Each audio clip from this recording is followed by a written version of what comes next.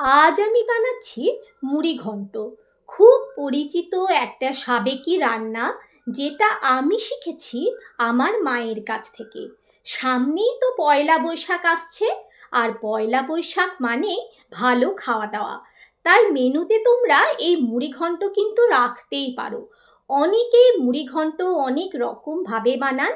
আমার মা যেভাবে বানায়, আমি সেই রেসিপিটাই আজ তোমাদের সাথে শেয়ার করছি। তো চলো রেসিপিটা শুরু করি। হেই এভরিওয়ান, কেমন আছো তোমরা সবাই? পিয়ালি রন্ধনশালায় তোমাদের সকলকে স্বাগত জানাই। মুড়ি ঘন্ট মানে প্রথমেই লাগবে মাছের মাথা। আমি এখানে একটা বড় সাইজের কাতলা মাছের মাথা নিয়েছি।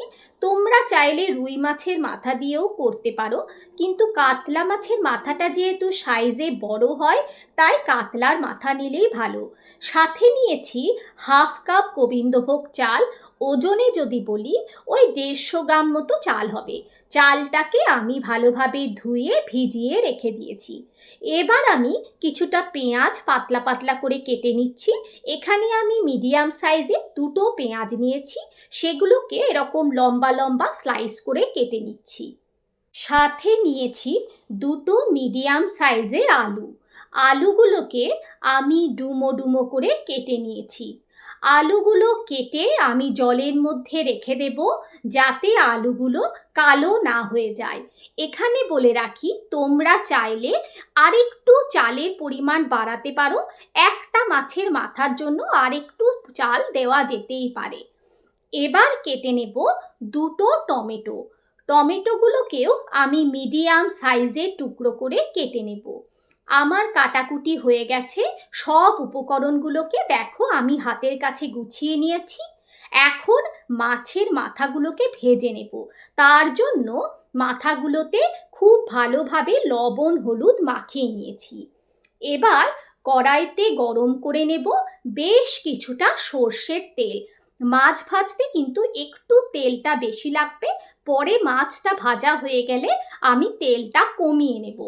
তেলটা বেশ ভালোভাবে গরম হলে আমি দিয়ে দেব মাছের মাথা। মাছের মাথাগুলোকে বেশ কড়া করে ভাজতে হবে। দেখতেই পাচ্ছ আমি বেশ কড়া করে মাথাগুলোকে ভেজে নিয়েছি। দুটো মাছের মাথায় আমি বেশ লাল লাল করে ভেজে নিয়েছি। এখন আমি তেলটা একটু কমিয়ে নিয়েছি, কারণ এতটা তেল কিন্তু মুড়ি ঘন্ট বানাতে লাগবে না। এই তেলটা তোমরা পরে যে কোনো রান্নায় ব্যবহার করতে পারবে। এখন আমি এই তেলের মধ্যে ফোড়নে দিয়ে দেব হাফ টিস্পুন গোটা জিরে, একটা তেজপাতা, একটা শুকনো লঙ্কা, দুটো এলাচ, দুটো লবঙ্গ এবং দু টুকরো দারচিনি। খুব সুন্দর গন্ধ আসা অবধি ফোড়নটাকে ভেজে নেব। ফোড়নটা ভাজা হলেই এর মধ্যে দিয়ে দেব কেটে রাখা পেঁয়াজ কুচি। পেঁয়াজগুলো হালকা ব্রাউন হয়ে এলেই এর মধ্যে দিয়ে দেব 1 টিস্পুন আদা রসুন বাটা। আদা রসুন বাটা দিয়ে আবারও ভালোভাবে কষিয়ে নেব, যতক্ষণ পর্যন্ত না আদা রসুনের কাঁচা গন্ধটা না যায়। ভালোভাবে ভাজা হয়ে গেলে দিয়ে দেব কিছু গুঁড়ো মশলা।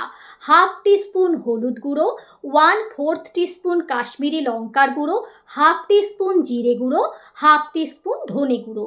সব কিছু একসাথে ভালোভাবে কষিয়ে নিতে হবে। তোমাদের যদি মশলাটা ড্রাই মনে হয়, তাহলে অল্প জলের ছিটে দিয়েও কষাতে পারো। এবার দিয়ে দেব কেটে রাখা টমেটো, সাথে দিচ্ছি অল্প কাঁচা লঙ্কা কুচি। ঝালটা তোমরা তোমাদের স্বাদ অনুযায়ী দেবে। চাইলে আদা রসুনের সাথে কাঁচা লঙ্কা বেটেও দিতে পারো। মশলাটা থেকে তেল ছেড়ে দিলে দিয়ে দেব কেটে রাখা আলু।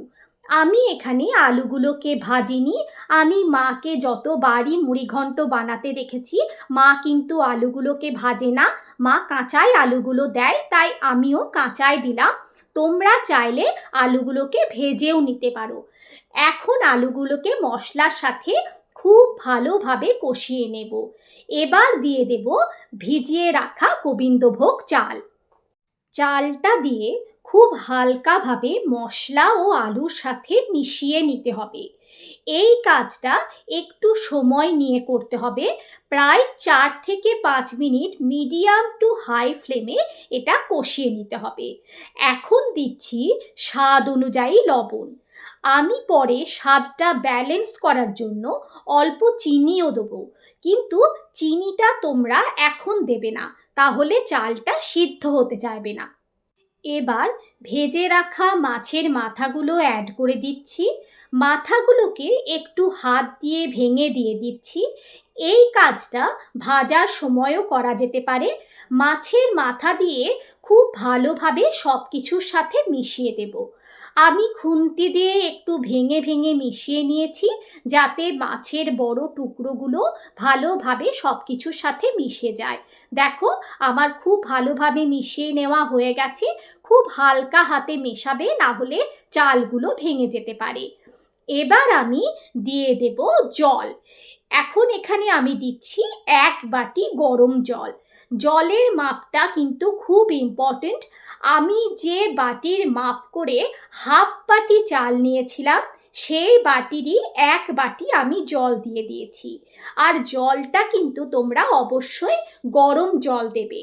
জল দেওয়ার পর গ্যাসের ফ্লেমটাকে একদম লোতে করে দেবে।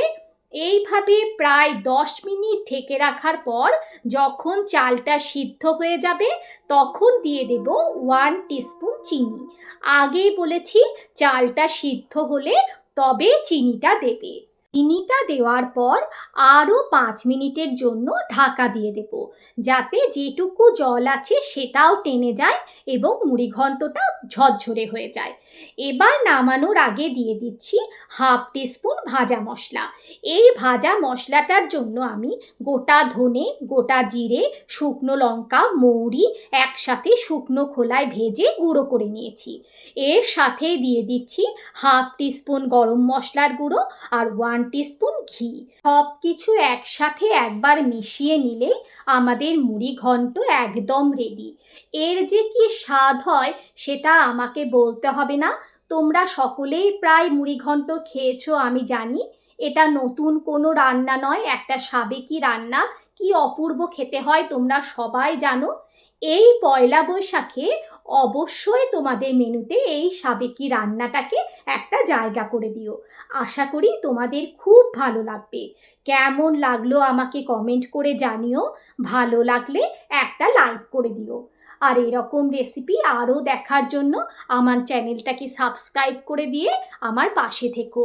ফেসবুক থেকে দেখলে আমার পেজটাকে ফলো করে রেখো। ভালো থেকো সবাই, সুস্থ থেকো। দেখা হচ্ছে নতুন একটা রেসিপির সাথে পরের একটা ভিডিওতে। Bye bye.